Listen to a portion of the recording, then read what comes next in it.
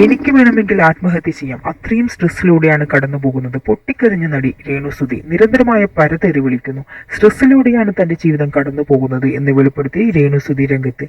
Social മീഡിയയിലൂടെ video post ചെയ്താണ് രേണു രംഗത്തെത്തിയിരിക്കുന്നത്.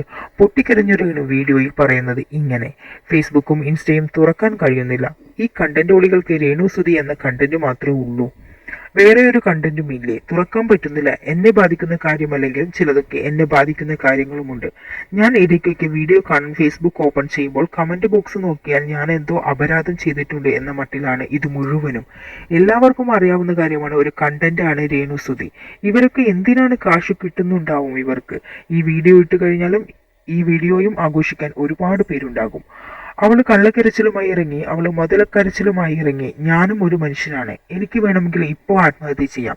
ഞാൻ കേൾക്കാവുന്നതിൻ്റെ അപ്പുറം ഞാൻ കേട്ടു. പക്ഷെ ചില കാര്യങ്ങളൊക്കെ എന്നെ ബാക്കിലോട്ട് നിർത്തുവാണ്, ചില കാര്യങ്ങളൊക്കെ എന്നെ പിടിച്ചു വെക്കുവാണ് ആത്മഹത്യ ചെയ്യാതിരിക്കാൻ വേണ്ടിയിട്ട്. മനസ്സിലായോ? നിരന്തരമായുള്ള ഈ നെഗറ്റീവ് വോളുകളുടെ സ്ട്രെസ് താങ്ങാനാവാതെ ഇങ്ങനെ തന്നെ ചെയ്യുമായിരിക്കും. നിങ്ങൾ എന്തറിഞ്ഞിട്ടാണ് ഈ പരതെറി വിളിക്കുന്നത് എന്നാണ് പൊട്ടിക്കരഞ്ഞ് രേണുസുതി സോഷ്യൽ മീഡിയയിൽ പോസ്റ്റ് ചെയ്തിരിക്കുന്നത്.